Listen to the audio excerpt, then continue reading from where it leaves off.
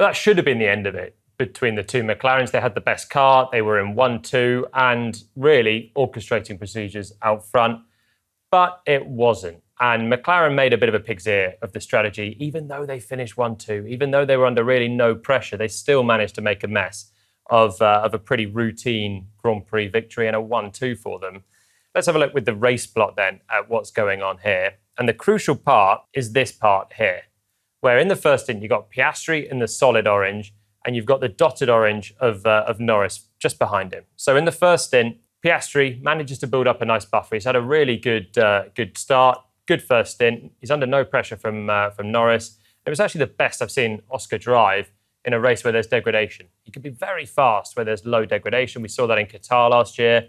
But pretty much every race, Norris has been quicker at the longer distances and looking after those tyres. But it wasn't the case in the first stint in Hungary. And even in the second stint, that gap stays the same or even was being extended before there's a critical mistake from Oscar on this lap, drops wide, and that leaves him under a bit more pressure into the pit stop phase. But it's pressure from his teammate, and McLaren should have dealt with it. But at this circle point here, McLaren pit Norris first. Now, this was, in theory, to try and cover off Lewis Hamilton, who had pitted much earlier and was coming through on the fresher tyres. But you can see there's quite a big gap between Norris coming out of the pits and Hamilton. There's sort of 4.5, 5 seconds, with 6 seconds at the end of his outlap. So there's plenty of time for McLaren to pit Piastri first, protect the race leader, and then pit Norris and have it all quite easy, which gives our first question from Emily Telford. Why did McLaren pit Norris first if they were set on Oscar P1? Now, when they pitted Norris first, it looked to me like this was a sort of inadvertent team orders to try and get Lando to the front of the race. Cover off Hamilton. With an undercut, he was always going to do it, especially by the time they kept Piastri out for another lap. But this was just a mistake, and it was a clumsy one from McLaren. In theory, they could do what they did, and they got away with it because Norris eventually backed off with the team orders. But it was just an ugly look for the team and for the race, having Norris gift Piastri his first win when he didn't need to do that. If McLaren had just pitted Oscar first, then he would keep track position. Lando could have pitted the lap after, and this is what it would have looked like. With Piastri pitting first, he, in the solid green, comes down at this point there, protects his position. Norris pits the next lap.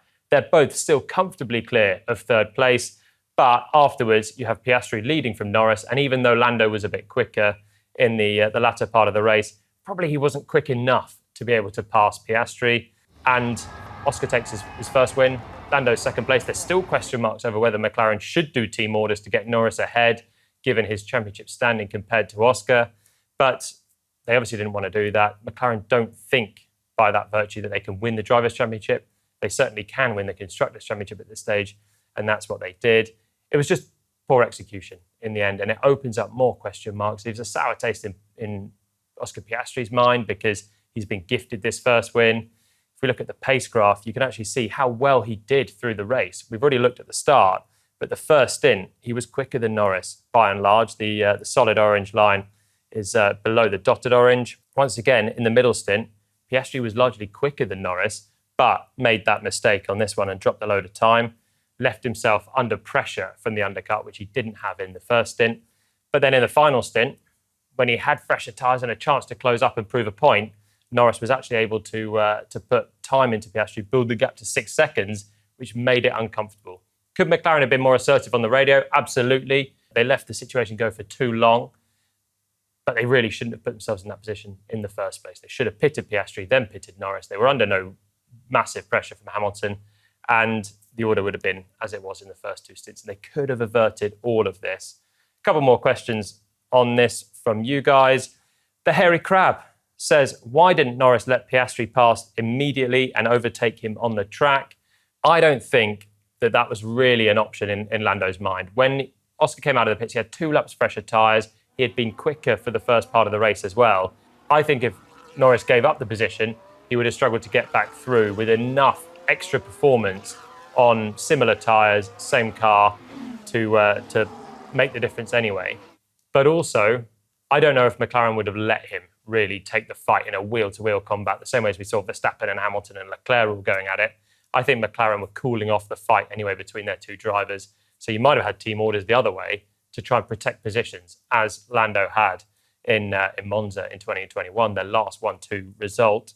The other thing for Norris is, I think he handled this as best he could, really, in terms of trying to get the win. Build the gap. It was 3.5 seconds when Piastri came out of the pits. By the time you build the gap to 6 seconds, you're making your point. You're saying, I'm the faster driver. I'm also ahead in the championship.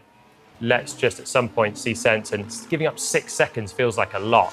So Lando was trying to show that he deserved the win by going on and on and on and building the gap. Oscar actually didn't have the pace in the final stint, couldn't live with him. And it makes it more awkward for the team to get Norris to back off 6 seconds. If you have Piastri right behind him, then it's a much easier thing to just invert the positions. But when there's a gap built up between them, it was a bit more awkward. I think that's what Norris was trying to do. But ultimately, he gave it back at the end, and there was not much he could do once he was back in second place.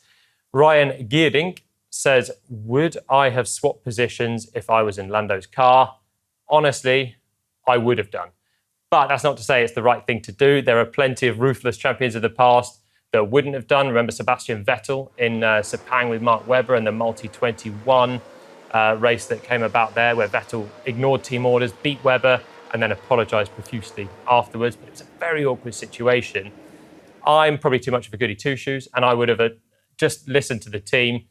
Because also, in Lando's position here, he doesn't want to alienate himself in the team. He doesn't want to create a rivalry with his teammate that has also been very kind to him in the past. It's probably been over a handful of times in the last year and a half where Piastri has given up the place to Norris, where Norris has been the faster car. They've not been for race wins, so it's a bit different. But Oscar's always been a very accommodating teammate to Lando, and they can work together in the future. Actively ignoring not just one team order, but a consistent barrage of team instructions, I think would have been a tough position for Norris, and probably could have just created some friction within the team that they don't need at this stage. So you give up a Grand Prix win, it hurts, but for the greater good, it probably keeps the team harmony. And McLaren are still a team flying high with a 1-2 finish. It's always tough when you're fighting for a win, and a win means so much to me and also to him. And